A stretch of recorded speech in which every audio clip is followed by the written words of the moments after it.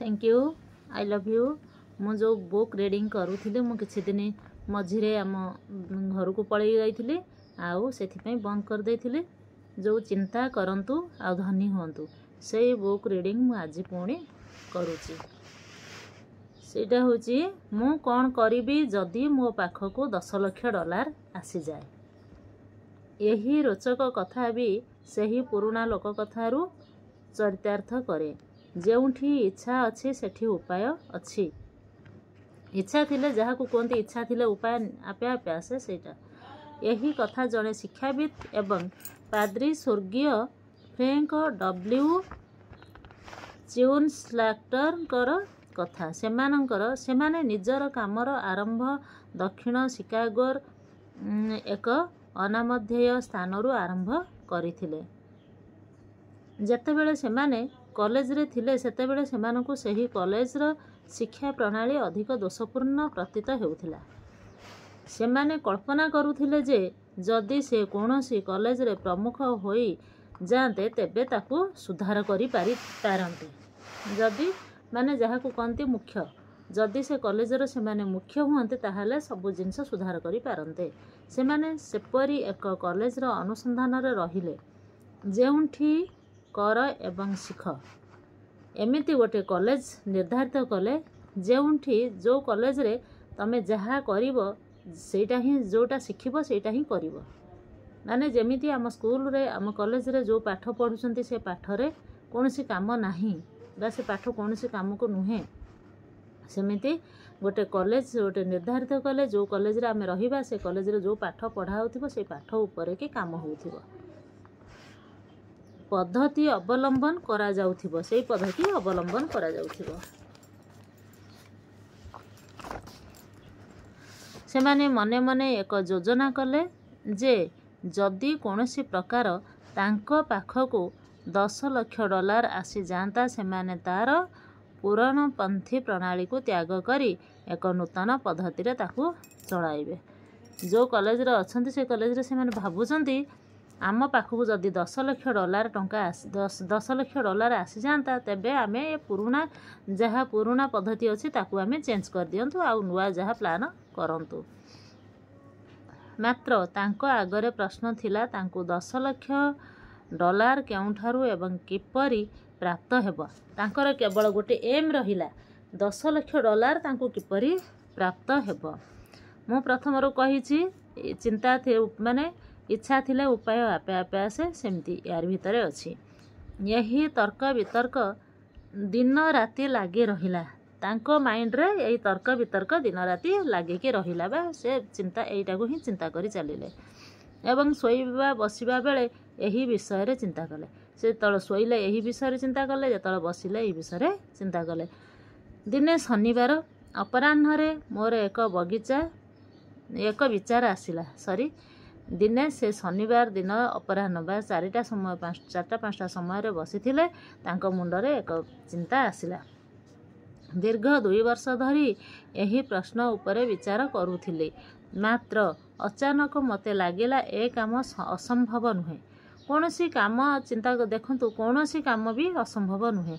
10 lakh dollar मु एक सप्ताह रे संग्रह करि पारिबी। मो सामना रे एक स्पष्ट इच्छा थिला जहाँ एक विचार रु सृष्टि होइथिला एवं सामना रे एक स्पष्ट योजना भी साकार हेबाकू लागिला। तांको जो विचारटी 10 लाख डॉलर केमिति आसीबो तांको एटा भी माइंड भितरे चलिला सब बेले आउ सेटा निर्धारित हेई गला।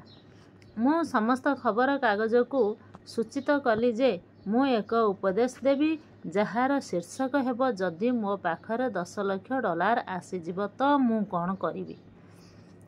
से एमिति गोटे से कौन कले से एमिति गोटे खबर कागज को सूचित करदेले जे से एई लेखिले एइटा मो पाखको जदि 10 लाख डॉलर आसी जिवो मु कौन करिवि एवं मु यही उपदेश प्रस्तुति रे जीवन मूर्छा लागी गली। से 10 लाख टंका केमिति 10 लाख डॉलर केमिति तांको पाखको आसीबो जीवन मूर्छा माने जीवन को पानी छड़ेकी काम आरंभ कले। मते पक्का विश्वास जे ए धनराशि मु ରୋଜଗାର କରି ନେବି, କାରଣ ମୋତେ ଲାଗୁଥିଲା ଯେ ଏହି ଧନରାଶି ମୋ ପାଖକୁ ଆସିଯାଇଛି। ସେ କ'ଣ କଲେ, ସେ ପ୍ରେଜେଣ୍ଟରେ ଚିନ୍ତା କଲେ ମୋ ପାଖକୁ ଆସିଯାଇଛି।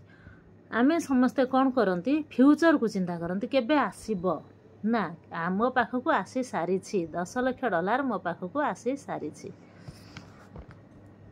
ମୁଁ ମୋର ଉପଦେଶ ଭଲ ଭାବରେ ଏକ କାଗଜ ଉପରେ ଲେଖିଦେଲି। ଏ ବିଳମ୍ବିତ ରାତ୍ରିରେ ଯେତେବେଳେ ଶୋଇବାକୁ ଗଲି ମୁଁ ଅଧିକ ସନ୍ତୁଷ୍ଟ ଥିଲେ।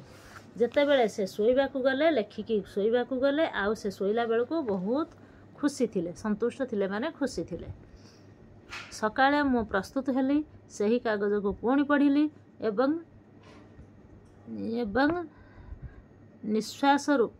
ବିଶ୍ୱାସକୁ ବହୁତ ବିଶ୍ୱାସ ରୂପେ ଭାବିଲି ଏହା କିପରି ଶ୍ରୋତାଙ୍କୁ ପ୍ରଭାବିତ କରିବ। ତାପରେ ମୁଁ ମିଟିଂକୁ ଚାଲିଗଲି। ସେ କହିଲେ ମୋର ଯେଉଁ ମିଟିଂ ଥିଲା ସେ ମିଟିଂକୁ ଯିବା ପୂର୍ବରୁ ମୁଁ ଏକଦମ ବିଶ୍ୱାସ କଲି ମୋ ପାଖକୁ $10,00,000 ଆସିଯାଇଛି। ସେଇ ଯାହା ଲେଖିଥିଲି ରାତିରେ ଶୋଇବା ପୂର୍ବରୁ ମୁଁ ତାକୁ ପୁଣି ଥରେ ଶୋଇବାକୁ ମାନେ ଉଠିକି ପଢ଼ିଲି। ଶୋଇବାକୁ ପୂର୍ବରୁ ଯାହା ଲେଖିଛି ତାକୁ ଉଠିବା ପରେ ପୁଣି ତାକୁ ପଢ଼ିଲି। ପଢ଼ି ଦେଇକି ମୁଁ ମିଟିଂକୁ ଗଲି। ଯେତେବେଳେ ମୁଁ ସେଠାରେ ପହଞ୍ଚି ମଞ୍ଚ ଉପରେ ଠିଆ ହେଲି, ଦେଖିଲି ସେ କାଗଜ ମୁଁ ଭୁଲି ଯାଇଥିଲି। ସେ ଯେତେବେଳେ ମଞ୍ଚକୁ ଗଲେ କିଛି କହିବାକୁ, ସେ ଦେଖିଲା ବେଳକୁ ତାଙ୍କ ପକେଟରେ କାଗଜ ନାହିଁ, କାଗଜକୁ ଘରେ ଛାଡ଼ିକି ଯାଇଛନ୍ତି। ଏହି ବିଚିତ୍ର ଉପଦେଶ ଲୋକଙ୍କ ମନରେ ଅନେକ ଜିଜ୍ଞାସା ଭରି ଦେଇଥିଲା। ଯଦି ମୁଁ କାଗଜ ଆଣିବା ପାଇଁ ଫେରିଯିବି ତେବେ ବାତାବରଣ ବିଗିଡ଼ିଯିବ। ଯେତେ ସବୁ ଲୋକ ଆସିଛନ୍ତି ଦେଖିବାକୁ ଶୁଣିବାକୁ, ସେମାନେ କ'ଣ କରିବେ ନା ଫେରିଯିବେ। ଜଣା ନାହିଁ ମୁଁ ଫେରି ଆସିବା ପର୍ଯ୍ୟନ୍ତ ଲୋକେ ଅପେକ୍ଷା କରିବେ କି ଫେରିଯିବେ। ମୁଁ ଅଧିକ ବ୍ୟସ୍ତ ଥିଲି। ମାତ୍ର ସେତେବେଳେ ଚେତନ ମସ୍ତିଷ୍କ କ୍ଷୁବ୍ଧ ହୁଏ ତେବେ ଅବଚେତନକୁ ସାହାଯ୍ୟ ମିଳେ। ମୋର ଅବଚେତନ ମୋର ସହାୟତାକୁ ଆସିଲା, କାରଣ ସ୍ୱତ ପ୍ରେରଣା ଦ୍ୱାରା ଏହା ଜାଗୃତ ହୋଇସାରିଥିଲା। ମୋତେ ମୋର ଉପଦେଶ ଅକ୍ଷରଶଃ ସ୍ମରଣ ଆସିଲା ଏବଂ କହିବା ପାଇଁ ଆରମ୍ଭ କରିଦେଲି। ସେ କହିବାକୁ ଆରମ୍ଭ କରିଦେଲେ। ମୋତେ ଜଣାପଡ଼ିଲା ମୁଁ ଏହି ସମୟରେ ଶ୍ରୋତାମାନଙ୍କୁ ନୁହେଁ ଈଶ୍ୱରଙ୍କୁ ସମ୍ବୋଧିତ କରୁଛି। ସେ ଯେତେବେଳେ ଶ୍ରୋତାମାନଙ୍କୁ କିଛି କହୁଛନ୍ତି ସେ ଭାବୁଛନ୍ତି ମୁଁ ଈଶ୍ୱରଙ୍କୁ ସମ୍ବୋଧିତ କରୁଛି, ଶ୍ରୋତାଙ୍କୁ ନୁହେଁ। ମୁଁ ମୋର ଶିକ୍ଷା ଯୋଜନା ପୂର୍ଣ୍ଣ ବିସ୍ତାର ସହିତ ଲୋକଙ୍କ ସାମ୍ନାରେ ରଖିଲି ଯେ କିପରି ଏହି ପଦ୍ଧତି କେବଳ ବିଦ୍ୟାର୍ଥୀମାନଙ୍କୁ ଶିକ୍ଷା ଦେବ ନାହିଁ, ବରଂ ସେମାନଙ୍କୁ ବ୍ୟବହାରିକ ଜ୍ଞାନରେ ବି ପ୍ରବୀଣ କରିବ।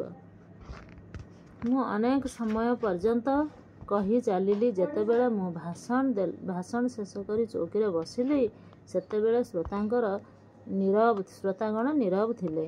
କିଛି ସମୟ ପରେ ତୃତୀୟ ଧାଡ଼ିର ଜଣେ ବ୍ୟକ୍ତି ମୋ ପାଖକୁ ଆସିଲେ ଏବଂ ମୋ ସହିତ ହାତ ମିଳାଇ କହିଲେ, ଫାଦର, ଆପଣଙ୍କ ଭାଷଣ ମୋତେ ବହୁତ ଭଲ ଲାଗିଲା। ମୋର ବିଶ୍ୱାସ ଯେ ଆପଣ ସବୁ କିଛି କରିପାରିବେ ଯାହା ଆପଣ କହିଲେ। ତା ମାନେ କ'ଣ? ଯାହା ଆମେ ବିଶ୍ୱାସ କରିବା ତାକୁ ଆମେ ଲେଖିବା, ଆଉ ଶୋଇବା ପୂର୍ବରୁ ତାକୁ ଆମେ ଦୋହରାଇବା, ତାପରେ ଉଠିଲା ପରେ ତାକୁ ଆମେ ଦୋହରାଇବା। ଏହା ପ୍ରମାଣିତ କରିବା ପାଇଁ ମୋର ଆପଣଙ୍କ ଉପରେ ବିଶ୍ୱାସ ଅଛି। ମୁଁ ଆପଣଙ୍କୁ $10,00,000 ଦେଉଛି। ମୋ ନାଁ ଫିଲିପ ଡି ଅର୍ମର ଅଟେ। କାଲି ସକାଳେ ମୋ ପୁଅ ଅଫିସକୁ ଆସି ଏହି ଅର୍ଥ ଆପଣ ନେଇଯିବେ। ଚିନ୍ତା କରନ୍ତୁ, ସେ ପୁରା ବିଶ୍ୱାସର ସହିତ କହିଥିଲେ, ଆଉ ତାଙ୍କ ପାଖକୁ $10,00,000 କେମିତି ଆସିଲା ଆମେ କାଲି ପଢ଼ିବା ଆଉ ଶୁଣିବା। ଆଜି ମୁଁ ଏତିକିରୁ ରଖୁଛି, କାହିଁକି ନା ଯଦି ଲଙ୍ଗ୍ ହେଇଯିବ ଆପଣମାନେ ବୁଝିବାକୁ ବି ଇଚ୍ଛା କରିବେନି, ଆଉ ବୋର୍ ଲାଗିବ, ମୋତେ ବି ଟିକେ ସମୟ ଲାଗିବ, କଷ୍ଟ ଲାଗିବ। କାହିଁକି ନା ଯଦି ନ ଶୁଣିବେ ତାହେଲେ ପଢ଼ିକି କିଛି ଫାଇଦା ନାହିଁ। ମୁଁ ଯାହା ପଢ଼ୁଛି ଆପଣ ଶୁଣନ୍ତୁ, ଆଉ ଆପଣ ତାକୁ ସେଇ ହିସାବରେ ଚାଲନ୍ତୁ, ଦେଖିବେ ଆପଣଙ୍କର ବେନିଫିଟ୍ କେମିତି ହେଉଛି। Thank you.